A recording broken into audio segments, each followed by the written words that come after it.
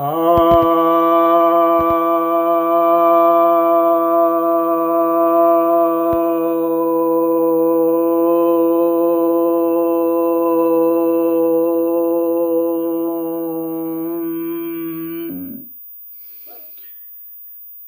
भक्तजनों को सप्रेम नमन। भक्तों, अच्छे स्वास्थ्य की कामना सभी को रहती है और अच्छे स्वास्थ्य के लिए लोग कुछ भी करने को तैयार होते हैं। जब वे बीमार हो करके परेशान हो जाते हैं रोग से, तो कुछ भी करने के लिए तैयार होते हैं। वे बहुत अनाप शनाप पैसा भी बहाते हैं, परंतु फिर भी स्वास्थ्य नहीं पा पाते हैं। परंतु यदि उन्हें एक बहुत साधारण सी जानकारी हो जाए तो वे स्वास्थ्य हासिल कर सकते हैं। और उस साधारण सी जानकारी के अभाव में ही उन्होंने अपने रोगों को पाला हुआ है और पाया हुआ है।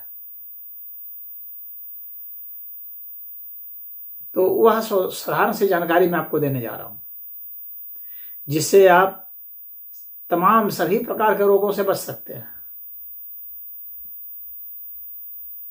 और जो भी रोग आपके हैं उससे छुटकारा भी पा सकते हैं,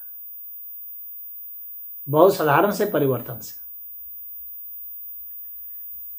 और आपको बहुत कुछ न योगाभ्यास करना है, न और बहुत कुछ करना है,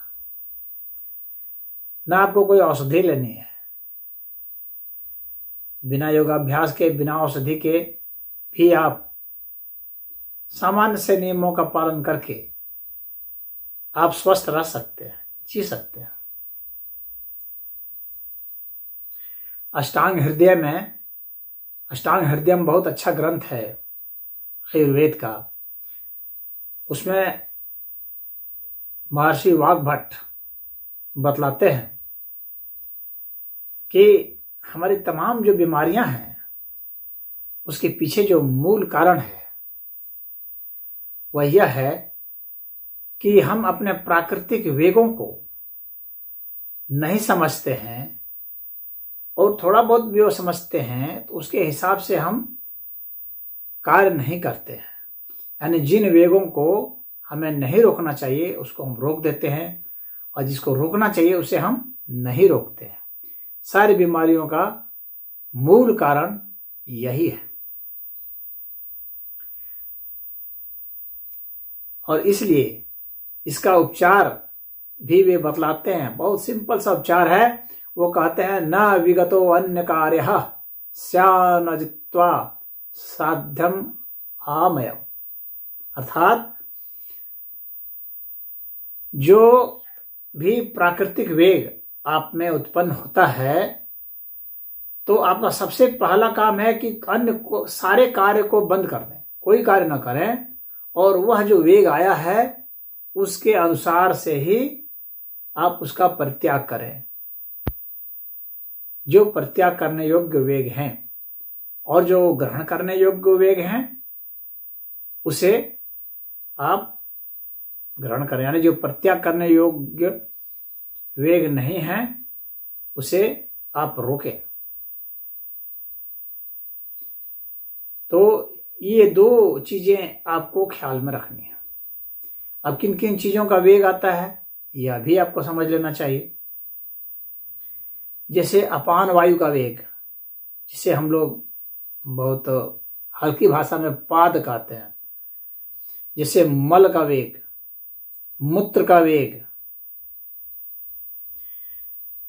जैसे वीर्य का वेग यानी काम वासना, सेक्स की इच्छा, जैसे पसीने का वेग, आंसू का वेग, छींक का वेग, जम्हाई लेने का वेग, डकार का वेग, नींद का वेग, भूख का वेग, प्यास का वेग। उसी तरह से जब आप परिश्रम करते हैं तो उससे जो आराम का वेग आता है उसका वेग। तो इन वेगों को, उल्टी का वेग आता है, उसके वेग को, इन सभी वेगों को रोकना नहीं चाहिए। इसको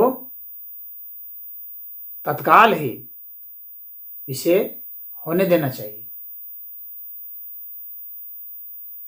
लेकिन हम लोग क्या करते हैं, अब पेशाब लगी है और हम लोग सोचते हैं कि यह सामाजिक, यहाँ सब लोग हैं, क्या कहेंगे, तो पेशाब को रोके रखते हैं। उससे तुरंत जहर उत्पन्न होता है शरीर में और उल्टी प्रक्रिया चलती है और हमारी किडनी खराब होने शुरू होगी, मूत्र ग्रंथियां खराब होने शुरू होगी, प्रजनन अंग खराब होने शुरू होंगे, हृदय पर जोर पड़ने लगेगा, मस्तिष्क पर जोर पड़ने लगेगा, तो मस्तिष्क संबंधित भी रोग हो जाएंगे। उसी तरह से अगर पाद का वेग आया है तो लोग लाज के मारे नहीं पाते हैं, गैस को नहीं निकालते हैं, तो वो क्या होता है कि वो गैस का गुब्बार गोला बनने लगता है और वो नसों में भी घुस सकता है, हमारे हृदय गति रोक सकता है, मस्तिष्क में चढ़ सकता है, हमारे में बेचैनी, आंख में जलन, हृदय में जलन, यहां तक कि ब्रेन हेमरेज भी कर सकता है, अल्सर पैदा कर सकता है, शरीर में एसिडिटी बढ़ा सकता है। तो जिन लोगों को ये सब बीमारियां हैं, इसका मतलब उन्होंने उन वेगों को रोका हुआ है। उसी तरह से मल का वेग, यदि मल का वेग आ जाए, आपको टट्टी लगी है, तो सभी कामों को छोड़ करके पहले आप टट्टी जाएंगे। लेकिन कितने लोग रोके रखते हैं, तब तक जब तक कि एकदम अंतिम ही नहीं हो जाए तब तक रोकते हैं। तो इससे क्या होता है कि मल चूंकि शरीर का एक तरह से वेस्ट प्रोडक्ट है, वो विष्ठा है, निकृष्ट प्रोडक्ट है, उसको शरीर से जल्दी बाहर निकालना है, वो जहरीला होता है। अगर आपका पेट साफ नहीं होता है, मल रुक गया है, तो इसका मतलब कब्ज हो जाएगा, मंदाग्नि हो जाएगी, भूख नहीं लगेगी, आपको भोजन पचेगा नहीं, खाने में अरुचि हो जाएगी, भोजन की डिमांड नहीं होगी, अल्सर हो जाएगा, सूजन हो जाएगी, आंतें फट सकती हैं और आंतों के फटते ही व्यक्ति मर जाता है। अगर आपका कॉन्स्टिपेशन बहुत लंबा हो गया, आंतें मोटी हो जाएगी, फूल करके फट जाएगी, मल आपका शरीर के भीतर ही रह गया, आपकी मृत्यु हो जाएगी और उससे ब्रेन स्ट्रोक हो जाता है, आंखों में जलन, सिर में भनभनाहट शुरू हो जाती है, हृदय गति रुक सकती है। एक थोड़ा सा एक हल्का सा मैं विश्राम चाहता हूं थोड़ी देर के लिए। आपको बता दूं, इस विषय से थोड़ा सा मिलता जुलता एक प्रकरण है कि एक बार अकबर और बीरबल में इस बात की चर्चा हुई। अकबर ने पूछा, बीरबल यह बताओ कि व्यक्ति सबसे ज्यादा प्रसन्न कब होता है? तो बीरबल ने कहा, हुजूर सबसे ज्यादा प्रसन्न तो आदमी तब होता है जब वो टट्टी कर लेता है, पेट साफ हो जाता है तब। तो लोग मजाक उड़ाने लगा रहे, अरे ये कौन सी प्रसन्नता हुई? तो बीरबल ने कहा, मैं तो इसी को जानता हूं। तो अकबर ने कहा, कभी सिद्ध कर दो। कहा कि कभी मौका लगेगा तो सिद्ध हो जाएगा। ऐसा संजोग बैठा एक बार कि नदी को पार कर रहे थे अकबर बीरबल, और अकबर को बहुत जोर से लगी थी मल विसर्जन करने की। तो वो कह रहा, भाई जल्दी जल्दी नाव पार करो। तो कई लोग कई तरह की बातें सुना रहे थे, लेकिन कोई जोक सुना रहे थे, कोई कुछ सुना रहा था, कोई कहीं प्रसंग सुना रहा था, लेकिन उसका कहीं मन नहीं लग रहा था। वह तो बेचैन था, किसी तरह से टट्टी हो जाए, जल्दी से जल्दी नाव पहुंचे, मैं टट्टी कर लूं। तो बीरबल ने कहा हजूर ज्यादा दिक्कत है तो यही नाव पर कर लीजिए टट्टी। अरे नहीं, यहाँ कैसे करूंगा लाश के मारे। अब जो है, जब वो उस पार उतरे, जब वहां पर टट्टी किए, तब अकबर ने कहा बीरबल तुम सही कहते थे, इतना सुख मुझे कभी नहीं मिला। शरीर के जो वेस्ट प्रोडक्ट हैं वे जब बाहर निकलेंगे तभी आप प्रसन्न होंगे। तो मूत्रावरोध से और मलावरोध से ये सब उसके वेग को थाम लेंगे तो दिक्कत होगी। उसी तरह से आंसू के वेग हैं। जब आंसू हमारे बहते हैं, जब हम अवसाद में होते हैं या बहुत गुस्से में भी होते हैं तो आंसू निकलने लगते हैं, बहुत दुख में होते हैं तो आंसू निकलने लगते हैं, बहुत खुशी भी होती है तो आंसू निकलते हैं। तो आंसू का वेग को रोक देना कि मैं मर्द हूं तो कैसे रोऊं, या यहाँ रोएंगे तो लोग कहेंगे बहुत कमजोर है, इस तरह की बातें। तो इससे क्या होता है कि आंखों के ऊपर जोर पड़ता है, मस्तिष्क के ऊपर जोर पड़ता है, दिल के ऊपर जोर पड़ता है। आंखों में कमजोरी भी आती है और जो जहर मस्तिष्क में बना हुआ घुमड़ता रहता है, तो चिंता अवसाद बहुत ज्यादा हो जाते हैं, दुख की मात्रा बढ़ जाती है, तनाव बढ़ जाते हैं। तनाव से हमारा रक्तचाप अनियमित हो जाएगा, सांस की समस्या हमारी में उभर जाएगी और उन्माद जैसे विकार भी हो जाएंगे। उसी तरह से शुक्र का वेग है। जब यौन कामना उठती है तो यह जरूरी है कि उस यौन कामना को पूरा किया जाए, रोका नहीं जाए। फ्रायड तो यहां तक कहते हैं कि मनुष्य के अधिकतर जो रोग हैं वो सेक्स को दमित करने के कारण है, सेक्स को हीन भावना से देखने के कारण है। तो बहुत लोग इसके भी वेग को दबाते हैं, जबरदस्ती दमन करते हैं, जबरदस्ती सोचते हैं इस पर मैं जीत हासिल करूं। तो यह जो जबरदस्ती का दमन है उसके कारण क्या है, स्वप्न दोष होते हैं, उसके कारण वीर्य पतला होने लगता है, वीर्य की उत्पत्ति सही नहीं होती है, वीर्य बनने कम हो जाते हैं, व्यक्ति में यौन संबंधित इच्छा भी घटने लगती है, आकर्षण विपरीत लिंग के प्रति घटने लगता है। अंततः मनुष्य जो है नपुंसक हो जाता है, बच्चा पैदा करने के योग्य नहीं रह जाता, यहां तक कि सेक्स करने के भी योग्य नहीं रह जाता। वही हाल स्त्रियों में भी है। पुरुषों में उन्माद जैसे होता है वैसे स्त्रियों में हिस्टीरिया हो जाता है, काम इच्छा की पूर्ति नहीं होने पर। कुछ तो बेहोश होकर गिर जाती हैं, चक्कर आ जाता है उन्हें,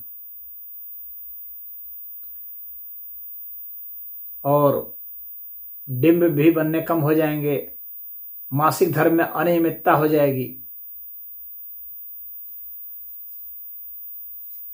तो धातु क्षीणता संबंधित रोग हो जाते हैं, यौन इच्छा उनमें भी समाप्त हो जाने लगती है, घटने लगती है, क्रोध और चिड़चिड़ापन बढ़ने लगता है, शरीर में जलन होने लगती है, पैर के तलवे जलने लगते हैं,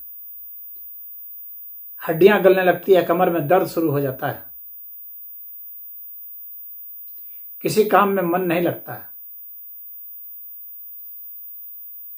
तो शरीर में कपकपी छूट जाना,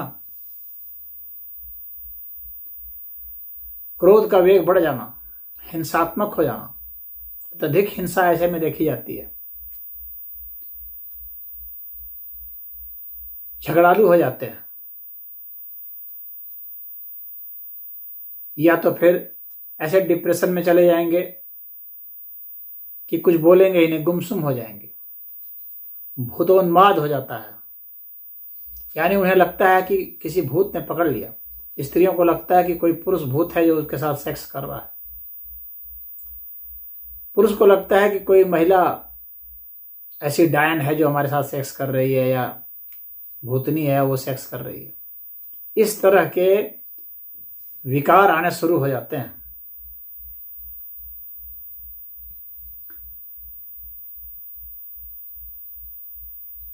शिशन पुरुष का छोटा हो जाता है,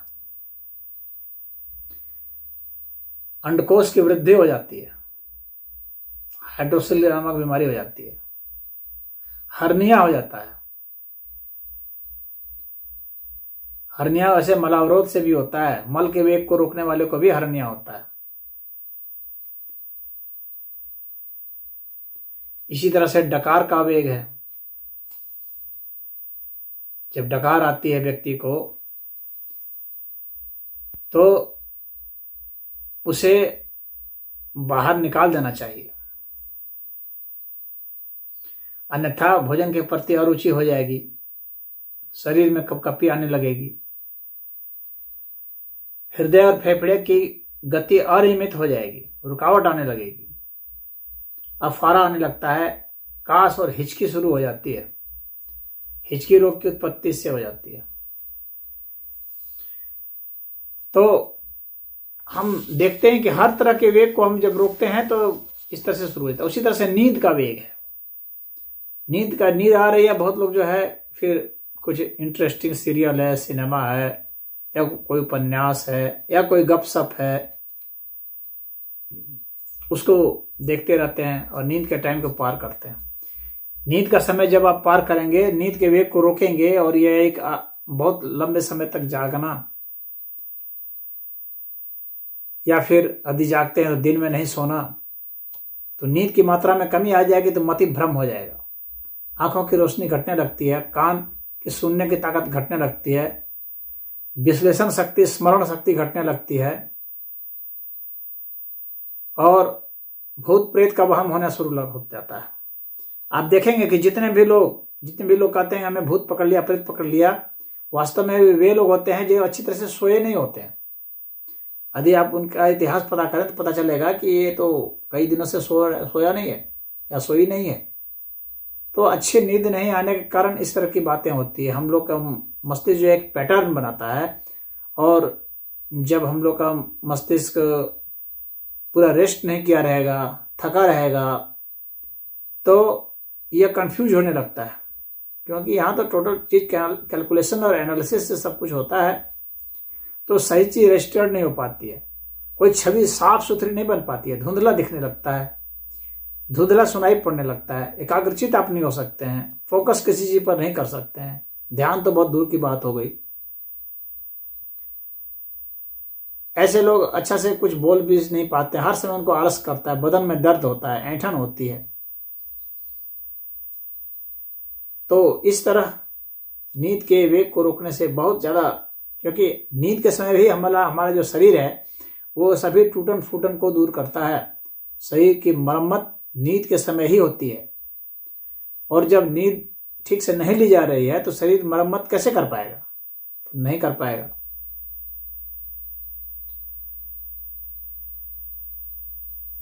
तो इसीलिए नींद बहुत ही जरूरी है। खांसी का वेग आदमी को उठने लगता है, उसको टीबी, तपेदिक की बीमारी हो जाती है, साइनस की बीमारी हो जाती है, सुनाई कम पड़ना शुरू हो जाता है। उसी तरह से प्यास का वेग है, बहुत लोग प्यास लगी है, पानी नहीं पीते हैं, टाल रहे हैं, सोचते हैं अरे थोड़ा देर बाद में पी लेंगे तो कौन सी आफत आ जाएगी, लेकिन आफत आ जाती है।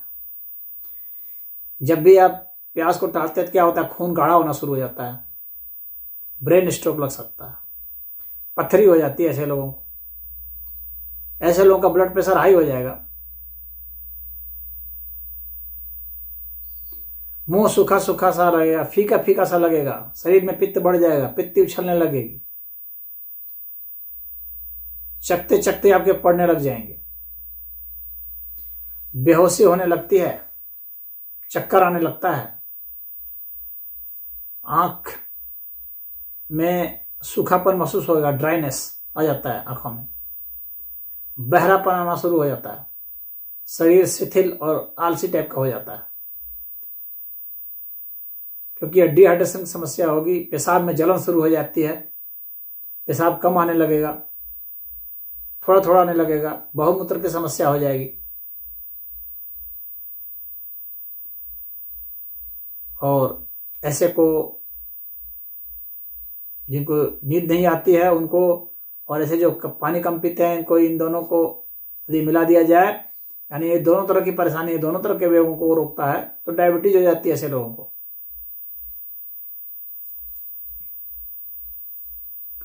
उसी तरह से प्यास के जैसा ही एक वेग है भूख का वेग। शरीर खुद भोजन मांगता है जब भूख लगती है तो, और उस समय यदि आप भोजन नहीं दे पाए, आपने किसी जरूरी काम के कारण उसको टाल दिया भोजन को, तो उसके बाद फिर कुछ समय बाद फिर भूख लगती है, ज़्यादा कड़ाकेदार भूख लगेगी। लेकिन जब भूख का वेग आया है उस समय आपको उसे देना जरूरी है। यदि आप भूख के वेग को रोक देते हैं तो उससे आपको चक्कर आ सकता है, भोजन में अरुचि हो सकती है, दर्द हो सकता है, पेट दर्द कर सकता है, गैस बन सकती है, पेट गुड़गुड़ाने लगेगा, वायु के गोले बन जाएंगे।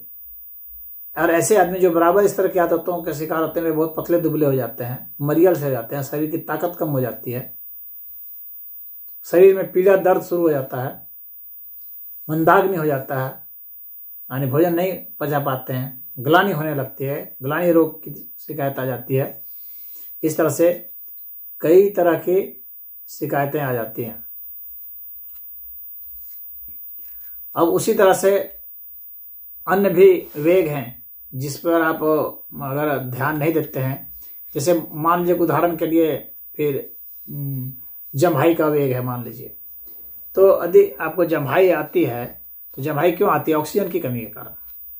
तो यदि आप जम्हाई लेकर के शरीर ऑक्सीजन की पूर्ति करता है और आप जम्हाई को ही रोक रहे हैं, तो जम्हाई को आप रोकेंगे तो क्या होगा? आपको सिर में पीड़ा शुरू हो जाएगी, आंखों में पीड़ा शुरू हो जाएगी, आपकी ज्ञानेंद्रियां कमजोर पड़ जाएंगी, अर्दित रोग हो जाएगा आपको।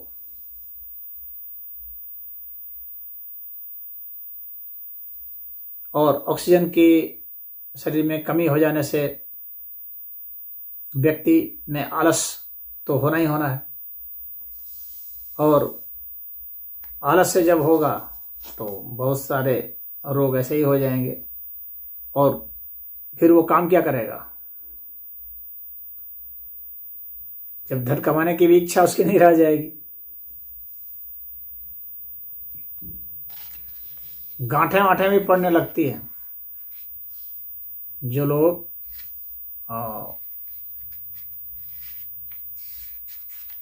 भूख प्यास को वो वेग को रोक देते हैं, या जो आंसुओं के वेग को रोक देते हैं, इसमें बहुत सारे कष्ट हो जाते हैं,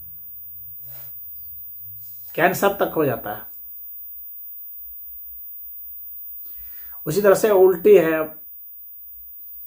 वमन का वेग भी आता है। जब शरीर में हम लोग अनाप शनाप अबाड़ कबाड़ डाल देते हैं, कुछ भी भोजन खा लेते हैं, किसी भी समय खा लेते हैं, तो क्या होगा?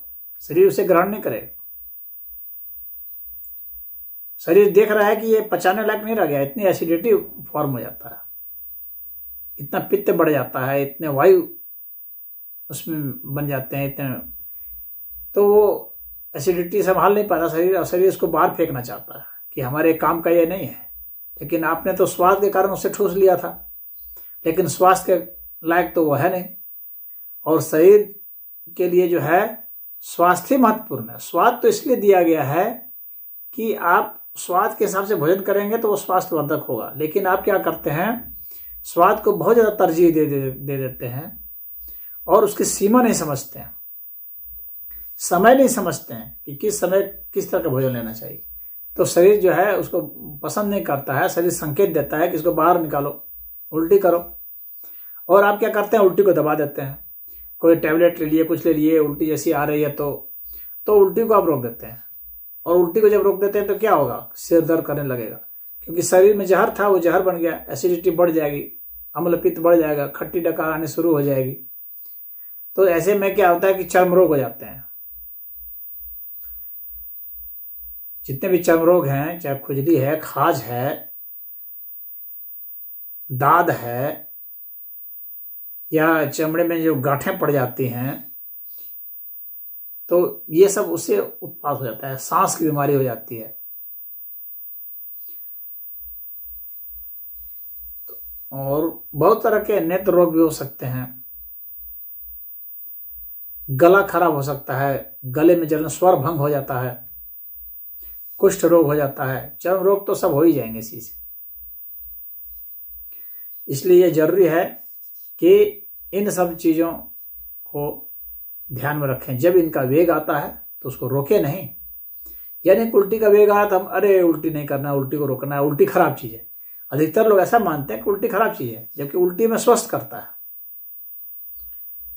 जब आप उल्टी करते हैं तो आप देखते होंगे कि कितना फिर आपको रिलैक्स महसूस होता है, क्योंकि जितने ही ज़्यादा शरीर में आपके जहरीले तत्व थे, जो वेस्ट था उसको शरीर ने बाहर निकाल दिया।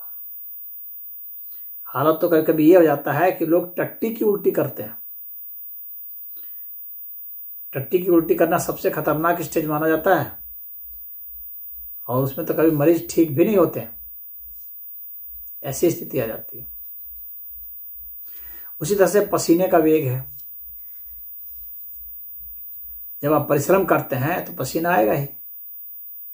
पसीना से हम लोग के शरीर के जो विषैले तत्व हैं बाहर निकलते हैं, लेकिन कितने लोग क्या करते हैं, पसीना आने नहीं देना चाहते, हर समय ठंडा ठंडा में रहेंगे। काम कर रहे हैं पसीने वाला और कर रहे हैं एसी में बीमारी क्यों नहीं होगी? आप जब काम कर रहे हैं परिश्रम का, तो शरीर के भीतर तो वो बन रहा है, क्योंकि आप मेहनत वाला काम कर रहे हैं। आपके भीतर तो भोजन टूटने की प्रक्रिया चल रही है, और उससे जो उसका वेस्ट प्रोडक्ट है उसको शरीर बाहर निकालना चाह रहा है।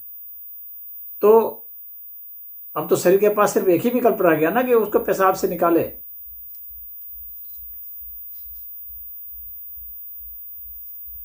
तो अब पसीना से जो चीज निकलनी है उसको आप पेशाब के रास्ते जरिए से निकालना चाह रहे, तो किडनी के ऊपर जोर पड़ेगा। पसीना अगर आपको आ रहा है तब क्या करें, तुरंत हवा से उसको सुखाने की कोशिश करते, निकलने नहीं देना चाहते हैं। पसीना को हवा लेने का कब है, पसीना को निकलने दिया जाए जब वह स्वतः अपना वेग को शांत कर देगा नॉर्मल कंडीशन में, तब आप थोड़ी हवा ले सकते हैं। लेकिन पसीने के वेग को अधिकतर लोग रोकते हैं, अमीर लोग बहुत ज़्यादा रोकते हैं, इसीलिए अमीरों को इससे संबंधित बहुत ज़्यादा रोग होते हैं। पसीने के वेग को रोकेंगे तो आपको चर्म रोग होना है। पसीने के वेग को रोकेंगे आप तो सांस की बीमारी आपको होनी है, आपका फेफड़ा कमजोर पड़ेगा ही पड़ेगा। गुर्दे संबंधित जो रोग होते हैं वे होंगे, क्योंकि सारा जोर फिर गुर्दे पर पड़ेगा, क्योंकि पसीना का वेस्ट प्रोडक्ट जो है अब वो चमड़ा नहीं निकाल पा रहा है, आप निकालने नहीं दे रहे हैं, तो जाहिर सी बात है कि फिर वो तो आंखों के जरिए, मुंह के जरिए, पेशाब के जरिए, टट्टी के जरिए निकलना है ना उसको।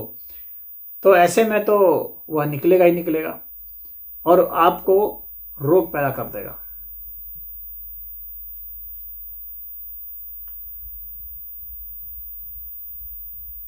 उसी तरह से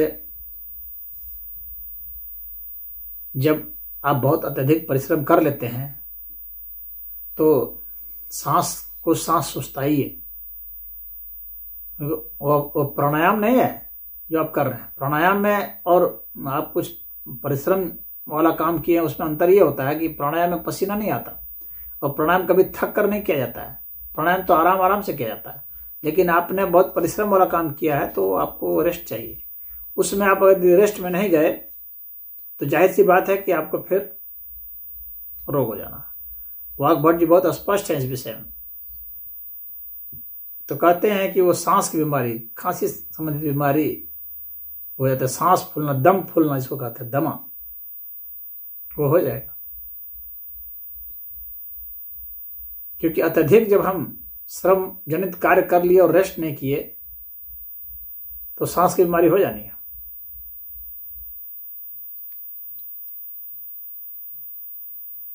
तो यह जो है ये शरीर के वे वेग हैं जिन्हें कि आपको नहीं रोकना चाहिए और आपने उन्हें रोका हुआ है, जिसके कारण आपको रोग होते हैं।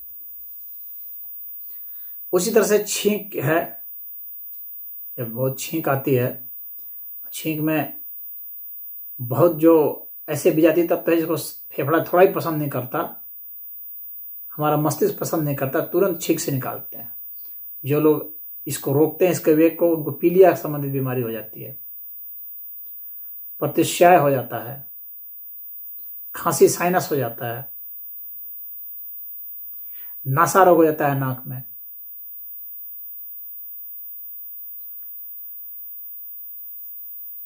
तो इसलिए ये कहा गया है कि इसे आपको जब भी छींक आए तो छींक देना चाहिए।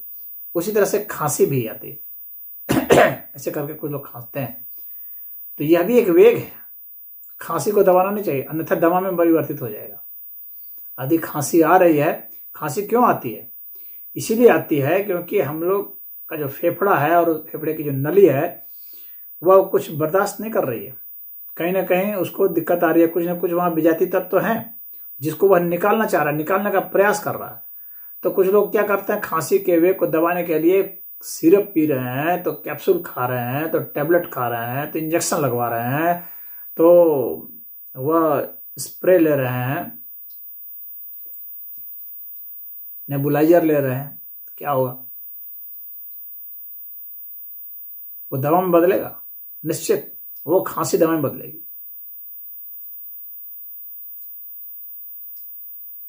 तो इसीलिए मामूली सी भी जो खांसी हो जाती है, जिसमें हमारा शरीर जो है उसको धकेल के बाहर निकालता है, कुछ कफ खांस दिया तो कुछ बाहर निकल गया, तो लोग दबा लेते हैं, रुमाल रख लेंगे यहाँ, खांसी ना होने पाए, लोग क्या कहेंगे।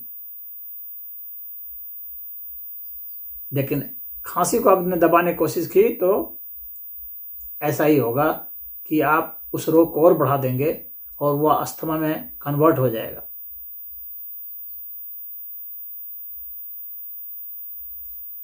और जटिलता आ जाएगी, थकावट आने लगेगी, चक्कर आने लगेगा, कमजोरी आ जाएगी, तुरंत बैठ जाएंगे, प्लोरोसिस भी हो सकता है, फेफड़े में जो है मवाद भी बढ़ सकता है। तो इसलिए खांसी के वेग को भी नहीं रोकना चाहिए, ये उनका वाग्भट जी का स्पष्ट कथन है। और मैंने भी अपने इतने समय के 22-23 वर्ष के अनुभव में मैंने भी पाया है कि बिल्कुल ये सही है। और इन वेगों को आप रोक लें तो आप समझ लीजिए अधिकतर बीमारी को, इन वेगों को आप नहीं रोकें तो आप अधिकतर रोगों से छुटकारा पा जाएंगे। तो ये वे वेग हैं जो हमारे शरीर में उठते हैं प्राकृतिक रूप से, और उसे हम निकाल दें बाहर। हमारा शरीर हमें संकेत देता है, बहुत सूक्ष्म संकेत देता है। इसके लिए आपको बहुत बारीकी से आपको अपने शरीर पर ध्यान देना होगा कि आपका शरीर कब कौन सा संकेत दे रहा है। आप शरीर के संकेत को समझें, शरीर की भाषा को समझें और तुरंत ही उसके हिसाब से व्यवहार करें, तो आप देखेंगे कि आप एकदम स्वस्थ होने लगे। जब प्यास लगे तो पी लीजिए, ठंडा पानी पीना है, गर्म पानी पीना है, ये वो दूसरा मामला है, उतना विस्तार से मैं यहाँ नहीं जाऊँगा, लेकिन आप पी लीजिए। जब भूख लगे तो खा लीजिए। अब भूख में किस समय कौन सा भोजन खाएंगे एक दूसरा विषय हो जाएगा, इसकी चर्चा मैं नहीं करूँगा, लंबा वीडियो ऐसे ही हो जा रहा है। जब छींक आए तो छींक दीजिए। जब सेक्स की इच्छा होती है तो सेक्स कर लीजिए। जब उल्टी की इच्छा है उल्टी कीजिए, जब डकार की इच्छा है डकार कीजिए, जब आंसू बहने तो उसे बहने दीजिए। जब खांसी आ रही है तो खांस दीजिए। तो यदि आपने ऐसे किया, पसीना निकल रहा है, पसीना को निकलने दीजिए। हिचकी आ रही है तो उसको आने दीजिए, तुरंत रोकने की कोशिश मत कीजिए। तो इस तरह से आप अपना देखिए, नींद के वेग को देखिए, प्यास के वेग को देखिए, मलमूत्र के विसर्जन के वेग को देखिए, अपान वायु निकलना चाह रहा है निकलने दीजिए। ऐसा यदि आपने किया तो आप स्वस्थ हो जाएंगे और आपको अभी बीमारी कोई सताएगी नहीं। तो ये वे हैं वेग जिसे आपको नहीं रोकना चाहिए और आप रोकते हैं, जिसके कारण रोग होते हैं। अब अगली वीडियो में मैं आपको बताऊंगा उन वेगों के बारे में जिसे आपको रोकना है और आप नहीं रोकते हैं। तो इसमें इतना ही। ओम हरि।